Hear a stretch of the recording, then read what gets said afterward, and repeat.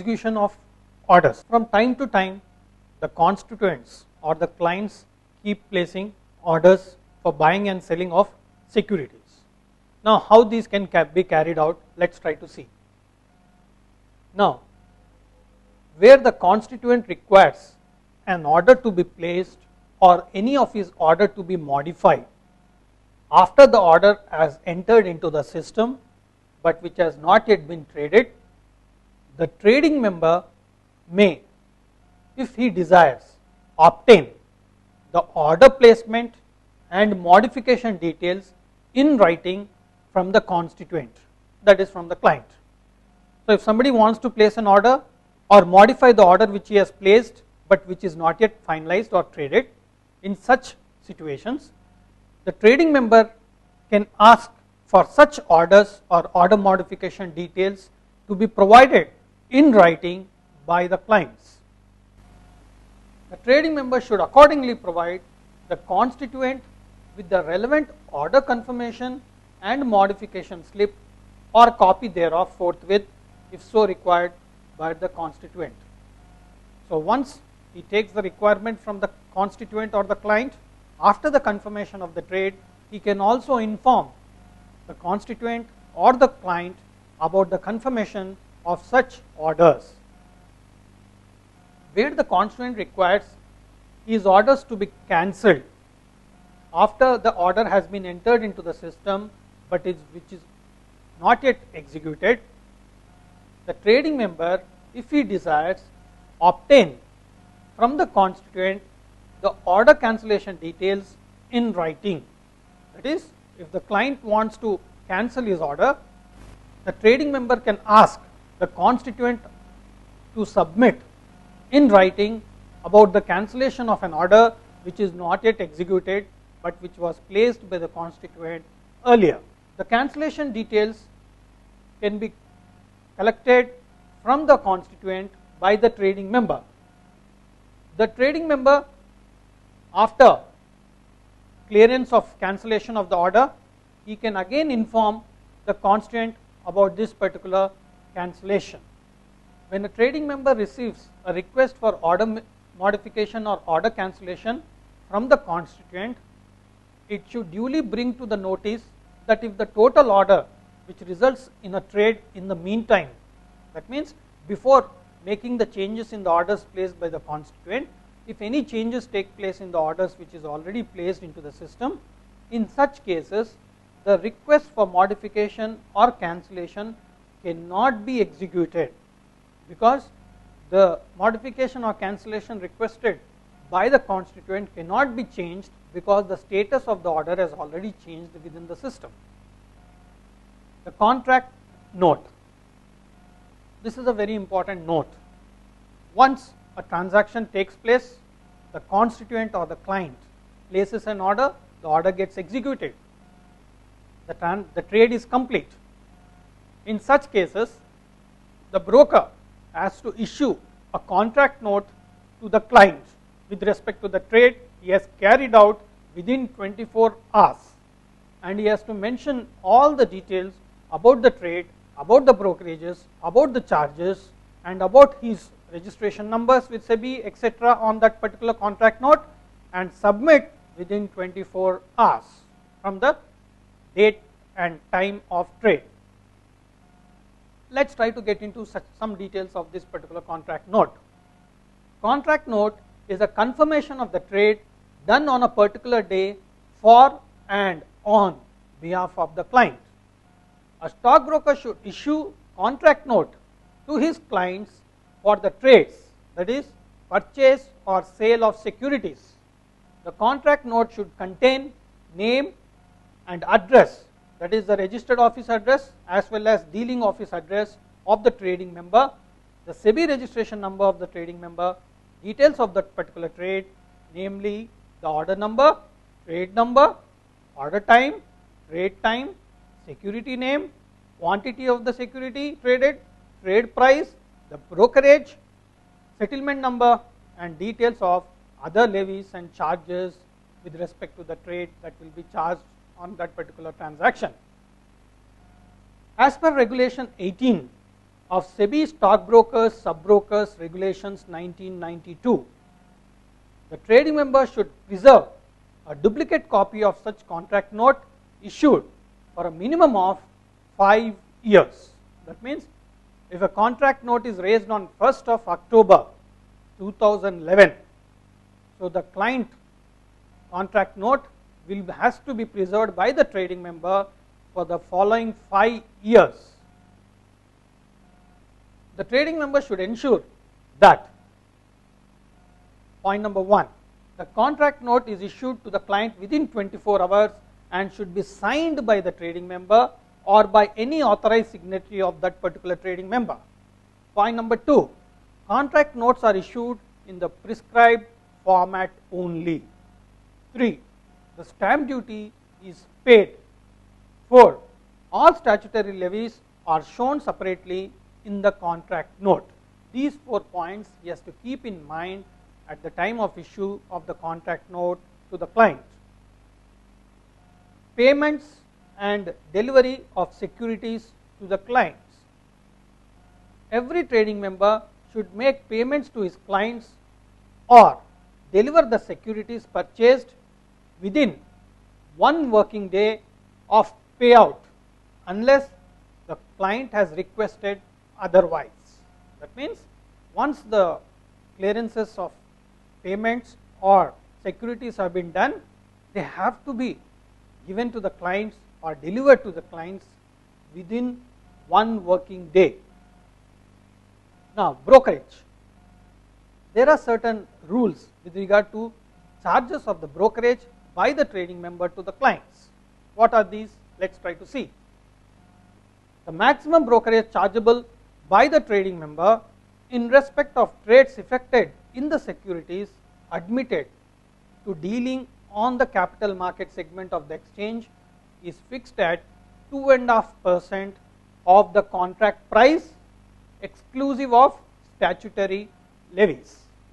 That means the transactions which has been taken place on that particular value of the transaction, maximum brokerage that can be charged is 2.5% only by the stockbroker to the client. This maximum brokerage is inclusive of sub brokerage also. The brokerage should be indicated separately from the price in the contract note. The trading member should not share brokerage with a person who is a trading member or in employment with another trading member. For example, if a client has sold 10,000 shares of a scrip of 50 rupees, the maximum brokerage that can be charged can be calculated as follows: 10,000 shares into 50 rupees, that becomes 5 lakhs. On 5 lakhs, he can charge a brokerage of 2.5%, which works out to 12,500 only. So he cannot charge more than this value to the client. Let us try to come to segregation of the bank accounts. The trading member should maintain separate bank accounts for client's funds and his own funds. It is compulsory for all the trading members to keep money of the clients in a separate account and their own money in another separate account. Funds should be transferred from the client account to the clearing account for the purpose of funds paying obligations on behalf of the clients and vice versa in case of funds payout. That means the account maintained for the clients will be used for the paying and payout for the transactions of the clients themselves. No payment for transaction in which the trading member is taking position as a principal is allowed to be made from the client's account. So the trading member, if he is transacting on his behalf, he cannot use the client's account money for purpose of his transaction. This is very important.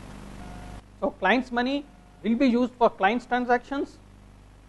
Transactions of the trading members for their own proprietary account will be used for their own account transactions only. They cannot use client's accounts, funds or shares for the transactions done by the trading member. Segregation of demat beneficiary accounts. The trading member should keep dematerialized securities of the constituents in a separate beneficiary account distinct from the beneficiary account maintained for holding their own desired dematerialized securities. No delivery towards the own transactions of the trading members is allowed to be made from the account meant for constituents. That means their demat account will be used for the transactions of their own trades. Similarly, client's demat account, client's transactions will be used for clearance of the shares from their accounts. For this purpose, every trading member is required to open a beneficiary account in the name of the trading member exclusively for the securities of the constituents, to be referred as constituents beneficiary account. A trading member may keep one consolidated constituents beneficiary account for all its constituents or different accounts for each of its constituents as it may deem fit. These are details with respect to funds accounts and demat accounts. So demat accounts can be one particular constituents beneficiary account from where the pay-in or payout of transactions or shares can be done on behalf of the clients. Similarly, they can have their own account separately for their own transactions of the trading member group. Sub-broker clients relationships. Relationship with clients. A sub-broker is required to enter into a tripartite agreement with its clients and the stockbroker, specifying the scope of rights and obligations of sub-broker, stockbroker and such client of the sub-broker as per the format prescribed by SEBI for dealing in securities in the cash segment. So they will be entering into a tripartite agreement with client and stockbroker and specify the roles and responsibilities, other issues with regard to all these three parties. There should be privacy of contract between the stockbroker and the sub-broker's client. A separate agreement has to be executed for each exchange. Sub-broker is required to help the client in redressing the grievance in respect of transactions executed through its associated broker. So sub-broker is also required to assist, cooperate in ensuring faster settlement of any arbitration proceedings arising out of the transaction entered through its associated broker, and is jointly, severally liable to implement the arbitration award. So the sub-broker will be helping in solving the issues between the client and the stockbroker and clear all the pending or conflicting issues. In addition to that, if any arbitration procedure is also has been decided, that also will be settled by this particular sub-broker. A sub-broker should provide assistance to stockbroker and clients to reconcile their accounts at the end of each quarter with reference to all the settlements where payouts have been declared during the quarter. So he plays an important role between the client and the stockbroker always for all the transactions and for future transactions and reconciliation, settlement of grievances as well. Now contract notes. A stockbroker should issue contract note as per the format prescribed by exchange to client introduced through a sub-broker also. A sub-broker should render necessary assistance to its client in obtaining the contract note from the stockbroker. Sub-broker should not issue any contract note or any confirmation memo to its client. So he only plays an important role ensuring all the particular procedures are properly followed between the stockbroker and between the client. The securities and the funds. Transactions in securities executed on behalf of a client introduced through the sub-broker should be settled by delivery or payment between the stockbroker and the client directly in accordance of the rules, regulations, bylaws of the exchange, and settlements should not take place through sub-brokers. So all the transactions will be dealt between the broker and the client, and sub-broker only helps in assisting the completion of the process. Delivery of securities and payment of funds relating to the transactions of the client introduced by the sub-broker should be directly done between the stockbroker and the client of the sub-broker. So these are the things how a sub-broker's role is crucial in finalizing and continuing the relationship between the stockbroker and the client. Now we will try to understand investor service cell and arbitration. Exchange has got an investor service cell for clients or the trading members to place any sort of complaints with respect to the transactions of securities on the exchange. Let us try to understand the details of this particular investor service cell role.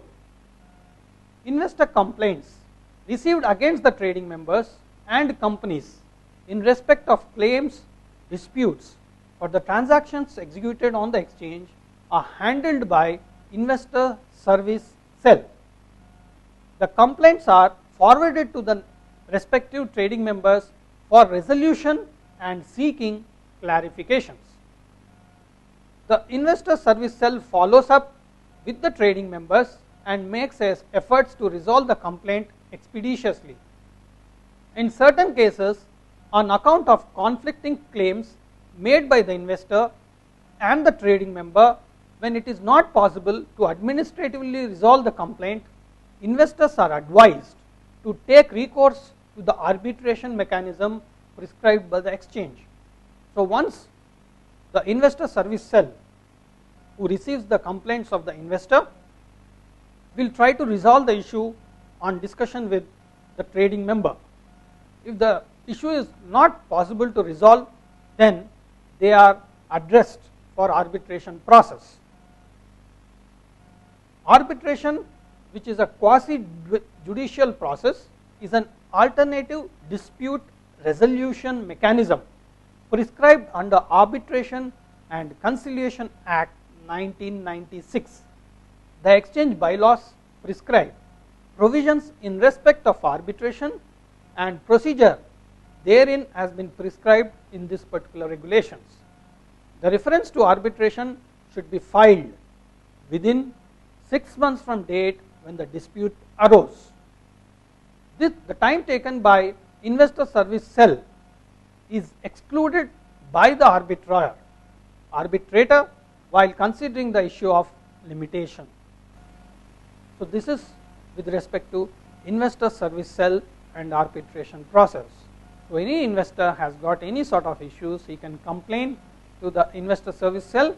Investor service cell does its important role of resolving the issues between the client and the trading member. In case it is not able to clear the issue, it can be addressed to the arbitration process, and this has to be done within 6 months from the date of the dispute which arises. Now, trading members.